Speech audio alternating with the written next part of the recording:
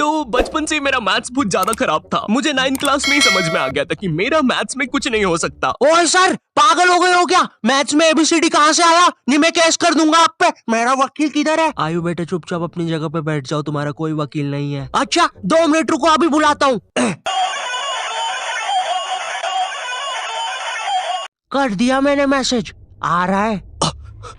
तुम नहीं, तुम मुझे कभी नहीं पकड़ सकते। अरे लेकिन मैंने तो मजाक किया था, ये तो सच में ही भाग गए। सर भी फूट गया होगा रे खिड़की से। मैथ्स पर मुझे बचपन से ही भरोसा नहीं था। एक बार 5th क्लास में मैंने 9 का टेबल रटा था, 9 घंटे लगा के। अगले दिन स्कूल गया तो एक एबला बच्चा आके मुझे 9 का टेबल लिखने की ट्रिक बता रहा है। भाई 9 का टेबल कौन याद करता है यार? तू ऐसे लिख सकता है 9 8 7 6 5 4 3 2 1 1 2 3 4 5 6 7 8 9। माँ कसम बता रहा हूँ, उस टाइम वो बच्चा बस मुझे 9 का टेबल लिखने की ट्रिक बता रहा था, लेकिन न जाने क्यों उस टाइम वो मुझे मेरे 9 घंटे की मेहनत पे मूतता हुआ नजर आ रहा था। अरे 9 का टेबल कौन याद करता है? इससे तो 9 घंटे में स्टार उत्सव पे शाकरा का बूम बूम देख लेता।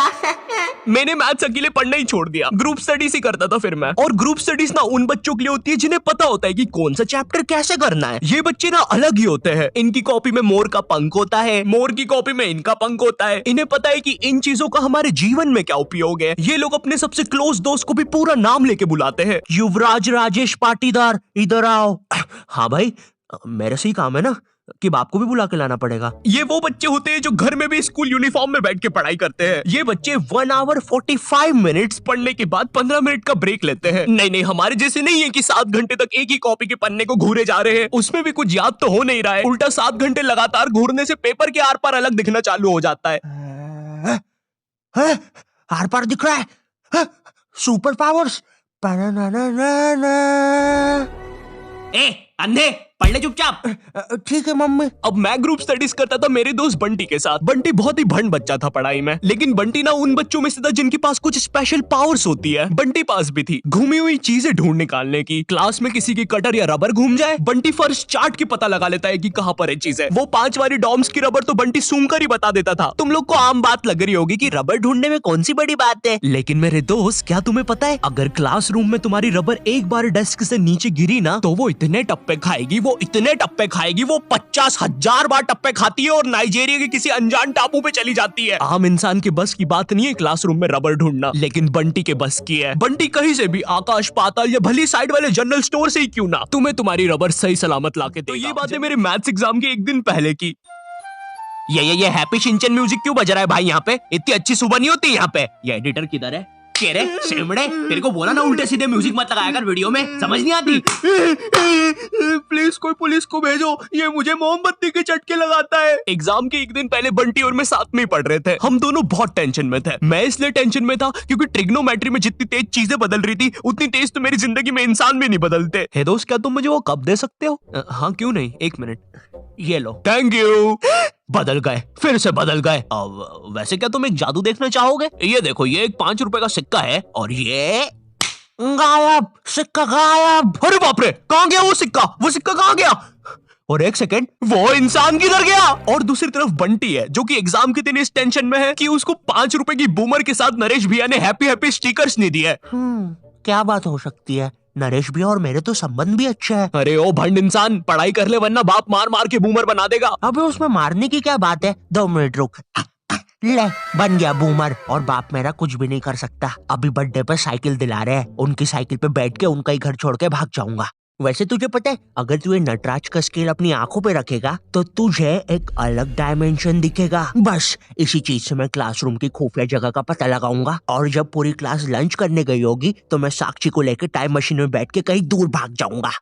अच्छा, हाँ अच्छा जी। हाँ, एक बार और बोला तो तेरा मुंह तोड़ दूंगा। अच्छा एक सेकंड, टाइम मशीन मतलब time travel, time theory, Albert Einstein और स्टीफन हॉकिंग्स को जानता है तू? नहीं तो। अच्छा है वो लोग भी तुझे नहीं जानते, वरना ये सुनने के बाद तो वो इसी नटराज के स्केल से तेरी नाभि पे इतने चमेट बजाते ना। हैं? बस चमेट बजाते? अल्बर्ट, अगर मैं वहाँ पे होता तो उस बच्चे की स्पीड ब्रेकर जैसी नाभि पे अपनी साइकिल का पहिया चढ़ा देता। हाँ, और मैं होता तो अपनी इक्वेशन E=mc² में से E और स्क्वायर हटा के उस बच्चे को MC बोल देता। सच में अल्बर्ट, तुझे पता है ना मैं तेरे इन्हीं बकवास जोक्स की वजह से पैरालाइज हुआ था। तू मान क्यों नहीं लेता कि तू बहुत ही अनफनी है? अच्छा ठीक है। अल्बर्ट, मेरा वो मतलब नहीं था। कम ऑन यार अल्बर्ट, तू हमेशा अल्बर्ट सांस नहीं आ रही भाई, उठा दे प्लीज। मुझे समझ में आ गया था कि बंटी और मेरे बस का नहीं है मैथ्स, इसलिए मैंने अपने एक और दोस्त राजू को फोन लगाया। राजू ना मेरी जिंदगी का डे की सुखी था, मतलब वो बस मेरी जिंदगी के पढ़ाई या होमवर्क वाले एपिसोड्स में आता था बस। इसके अलावा हम एक दूसरे के बारे में कुछ नहीं जानते थे। राजू और मेरी कॉल पर बात हुई। Hello hello Raju, hello hello, आवाज आ रही है? राजू, हाँ वो राजू बेटे, एक पराठा खाएगा कि दो? मम्मी 2 खाऊंगा। हेलो राजू वो बोल रहे बेटे, टमाटर की सब्जी बना दूं ना? हाँ मम्मी। हेलो राजू, मैं बोल रहा था बेटे, कच्चे टमाटर खाएगा कि पक्के? कच्चे मम्मी। राजू बेटे लेकिन पक्के भी तो खाने चाहिए, फिर पक्के बना दो। दो सब्जी मैं नहीं बनाऊंगी। राजू ने मुझे कॉल पर बताया कि उसकी मम्मी पापा रात में किसी काम से बाहर जा रहे हैं, तो हम रात में उसके घर पढ़ने आ सकते हैं। अब देखो, मैंने और बंटी ने आज तक किसी दूसरे के घर या खुद के घर पर भी रात में कभी पढ़ाई नहीं की थी। भाई हमको पता ही नहीं था कि ऐसा भी कर सकते हैं। हम उतने विकसित ही नहीं थे तब। बंदर के जाने अदरक का स्वाद वाली कहावत हो रही थी हमारे साथ।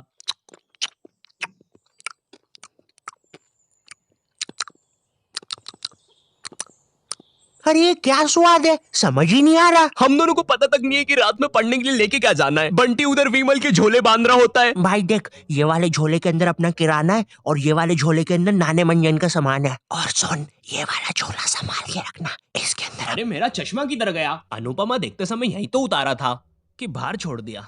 देख के आता हूँ। देख, इस बैग के अंदर। लेकिन बाहर मेरा चश्मा नहीं है यार। अनुपमा इतना बेकार शो भी नहीं हो सकता कि वो मेरी याददाश्त ही मिटा दे। एक बार और देख के आता हूँ, एक बार और। मैं पहली बार कब गया? देख के आता हूँ। देख, इस बैग के अंदर